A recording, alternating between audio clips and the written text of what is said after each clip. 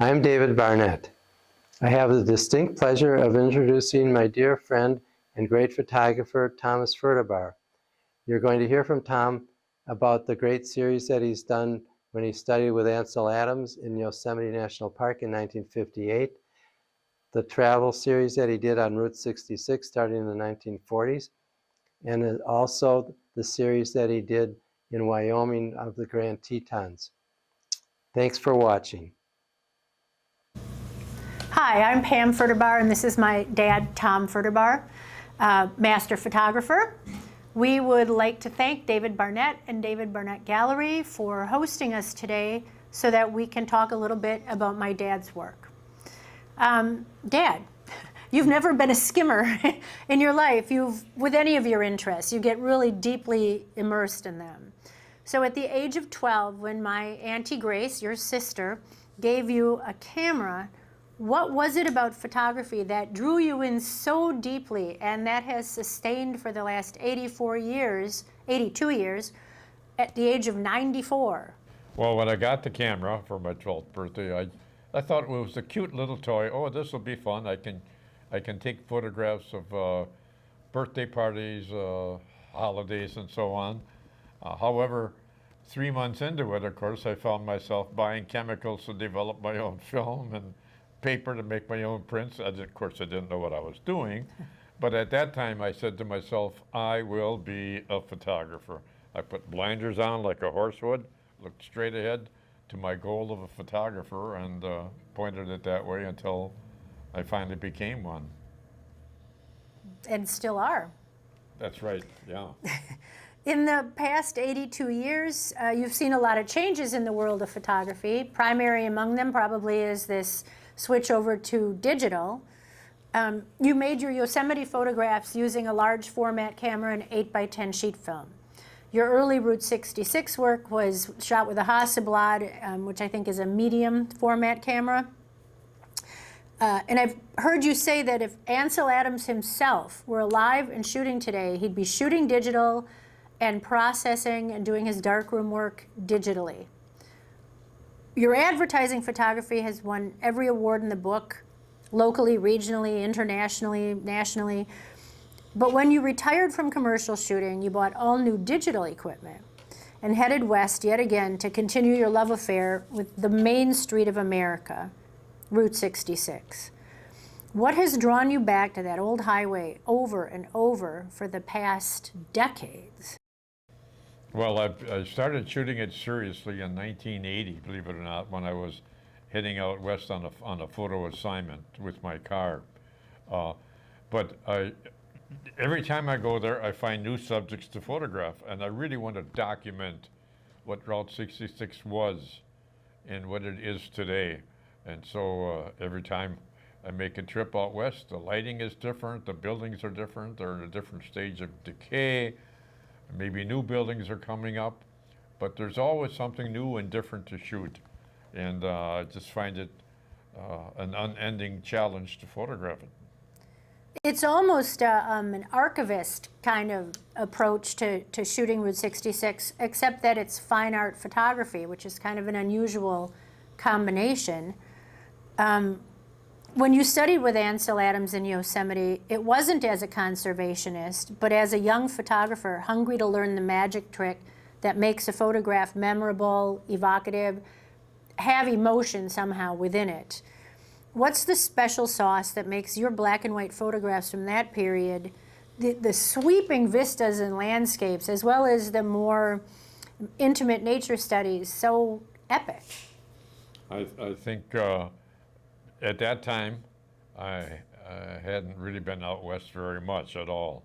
And I just found the subject matter so daunting and exciting that I just found I could turn around and find a new thing to photograph every time I moved my pace. So that's one reason I enjoyed that trip, not to mention, of course, working with Mr. Adams.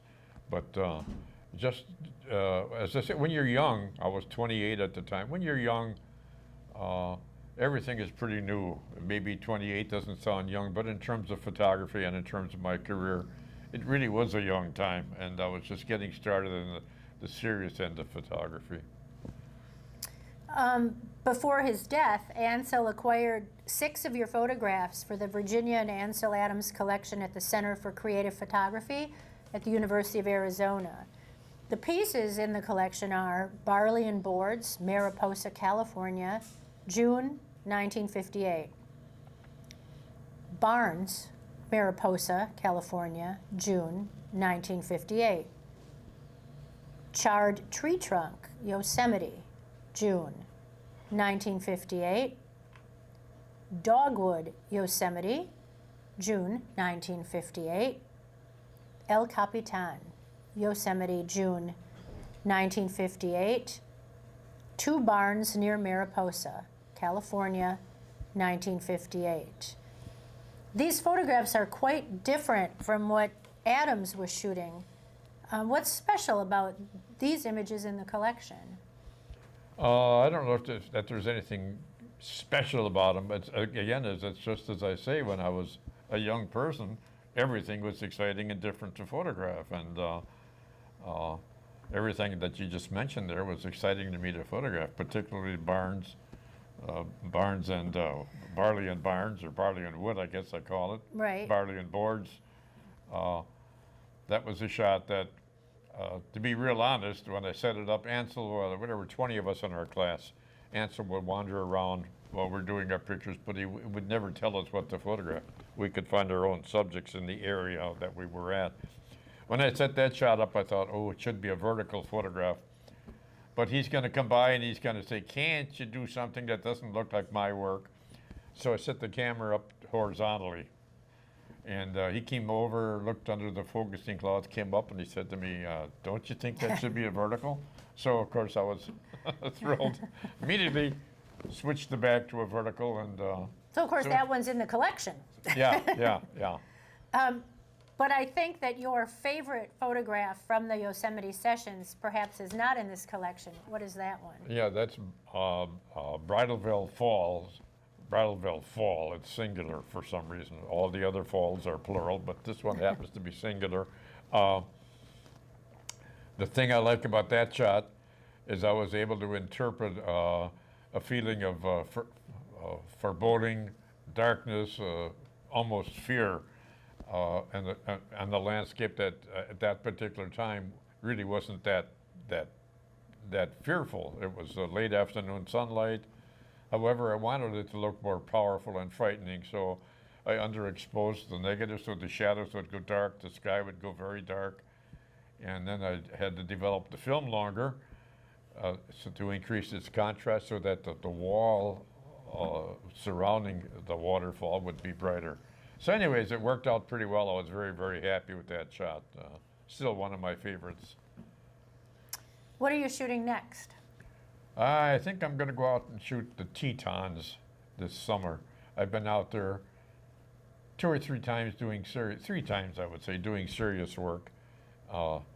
They're easy to photograph in the sense that it's just a mountain range popping out from the flat valley. However, it's difficult because once you do that, it's hard to find anything else to shoot.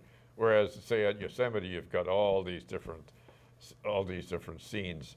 So anyways, I want to go out there and try to find more exciting stuff to photograph. Excellent. We look forward to seeing those. I hope so. Thanks, Pops. And again, thanks to David Barnett and David Barnett Gallery. Check David Barnett's website for more information about my dad. Thank you, Pam. Thank you, David.